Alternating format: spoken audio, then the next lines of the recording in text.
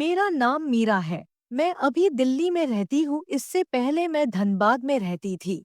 मैं आज आपको अपनी खुद की वो सब करने की कहानी सुनाने जा रही हूँ। पहले मैं अपने बारे में आपको बता देती हूँ। मैं 38 साल की हूँ और मेरी एक बेटी है सनम।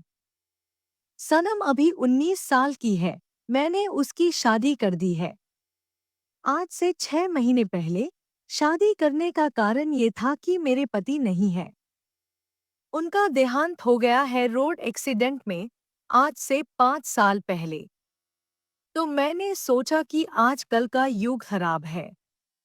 जवान बेटी घर में है, कोई गार्जियन भी नहीं है, तो अपने बेटी का रिश्ता किसी जानकार के द्वारा कर दी। लड़का इंजीनियर है, दिल्ली में रहता था।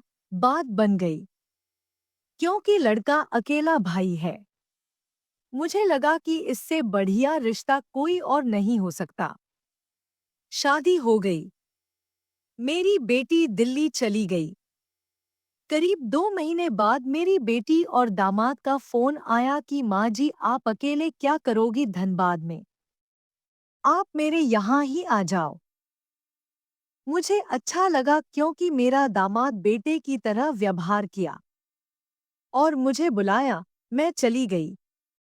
अपने बेटी और दामाद को देखकर मैं काफी खुश थी क्योंकि उन दोनों को किसी भी तरह से कोई दिक्कत नहीं था।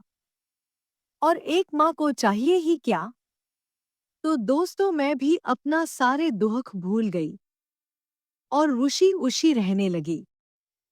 मेरा दामाद एक दिन बोला माँ जी आप विधवा के तरह मत रहो, आप अपने लाइफ का एंजॉय करो। जो होना था सो हो गया, ये जिंदगी दोबारा नहीं आता है। तो आपको अपने जिंदगी को खूब अच्छी तरह से एंजॉय करनी चाहिए। तो मैंने कहा मैं कर तो रही हूँ। तो मेरा दामाद बोला कि पहले तो अपने ये रूप रंग उसको ठीक करो। एक काम करना, आज शाम को तैयार रहना। आज मैं ऑफिस से 3 बजे ही आ जाऊंगा, उसके बाद मैं आपको स्पा ले जाऊंगा। वो 3 बजे आ गया और हम तीनों स्पा चले गए। वह मेरा मेक ओवर किया गया। फिर मॉल से मेरे लिए अच्छे अच्छे वेस्टर्न ड्रेस लिया, कैप्री और टी शर्ट। मैं भी खुश थी। वो दोनों मेरे चेहरे को देखकर कह रहे थे कि मम्मी जी आप 25 साल की लग रही हो। ये बात सच है कि मैं बहुत जवान दिखने लगी थी क्योंकि मैंने अपने बॉडी पे हमेशा ध्यान दिया था, ऊपर से नहीं अंदर से, यानी कि मेरा शरीर एक परफेक्ट शेप में है। मेरी का साइज 34D है। मेरी कमर पतली पर मेरा जांघ मोटी मोटी है और होठ मेरे लाल लाल है। मैं बहुत ही ज्यादा गोरी हूँ। फिर मैं भी उन लोगों में ही रस बस गई और खुश रहने लगी। मैं अपने बेटी की बड़ी बहन की तरह दिखती थी, ऐसा सारे लोग कहते थे।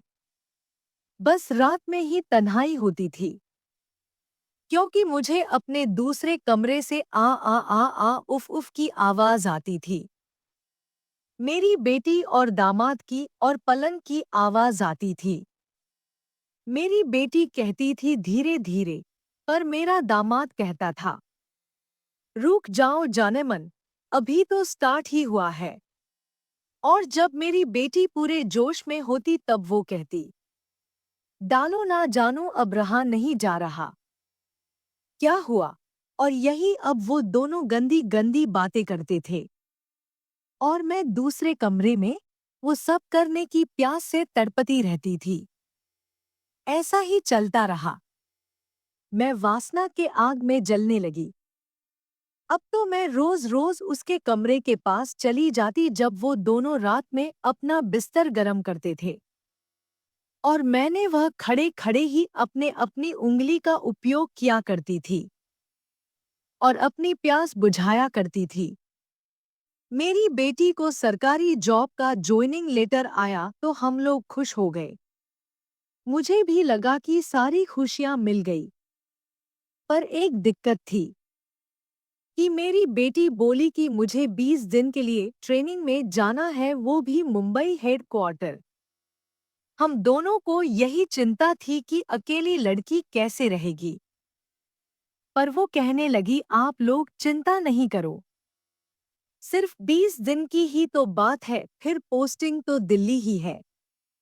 और मेरे साथ 2 और लकड़ी है जो जा रही है। हम तीनों साथ रहेंगे। तो मुझे और दामाद जी को जान में जान आया। और थोड़े दिन बाद ही वो मुंबई चली गई 20 दिन के लिए। दोस्तों, मैं दिन भर बोर होती, शाम को दामाद जी आते, फिर वो मुझे बाहर घुमाने ले जाते और मैक्सिमम टाइम हम दोनों बाहर खाना कहते और सप्ताह में 2 दिन तो मूवी देखते। सच बताऊं दोस्तों, मुझे लगा ही नहीं को वो मेरे दामाद है। हम दोनों साथ साथ रहते और दोस्त की तरह बात करते, पर रात को हम दोनों अलग अलग रहते। तीसरे दिन ही दामाद जी बोले, मम्मी जी, जब हम लोग ऐसे दोस्त की तरह रहते हैं तो ये रात में अलग अलग क्यों रहते हैं? मैंने कहा, कुछ तो मर्यादा होता है। तो दामाद जी कहने लगे, मैंने पहले ही आपको बोला था ना कि जिंदगी को एंजॉय करो। मुझे लगा कि मेरा दामाद नाराज ना हो, इसलिए मैंने कहा ठीक है। और वो मेरे रूम में ही आ गया सोने के लिए। उस दिन मैं पिंक कलर की जाली वाली नाइटी पहनी, अंदर मैंने कुछ भी नहीं पहनी थी। मेरे अंदर का माल सारा इधर उधर ढीला होने की वजह से हिल रहा था।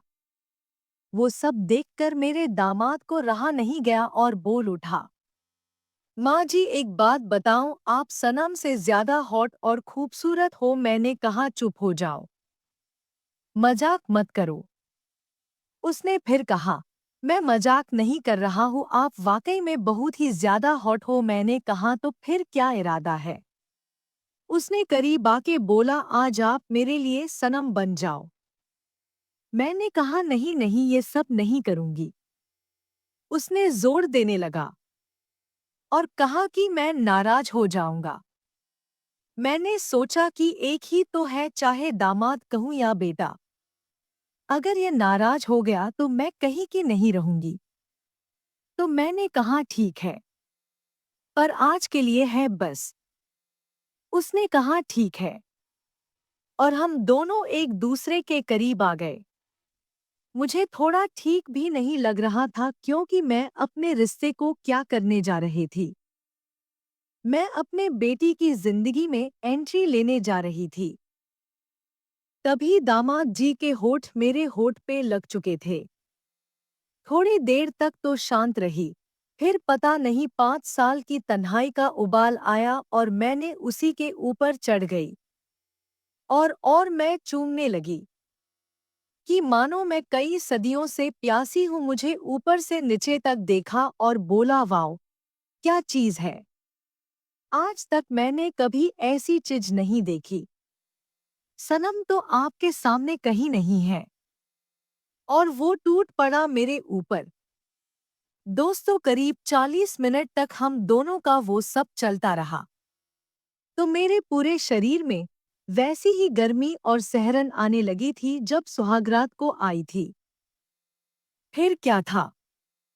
फिर तो हमने नए नए पोजीशन बना बना कर करीब 3 घंटे तक वो सब किया। दोस्तों, फिर हम दोनों दूसरे दिन शिमला चले गए, 3 दिन का हनीमून का पैकेज लेके। वह जाकर तो दोस्तों, वो तीनों दिन तक उसने मुझे दिन रात सोने ही नहीं दिया या ना ही कपड़े पहनने दिए। ये सिलसिला चलता रहा। जब बेटी वापस भी आ गई थी तब भी हम दोनों का जिस्मानी रिश्ता कायम रहा। ऐसी और कहानियों के लिए हमारे चैनल को सब्सक्राइब करें और हमें कमेंट्स करके बताएं कि आपको कैसी कहानियां पसंद है। धन्यवाद।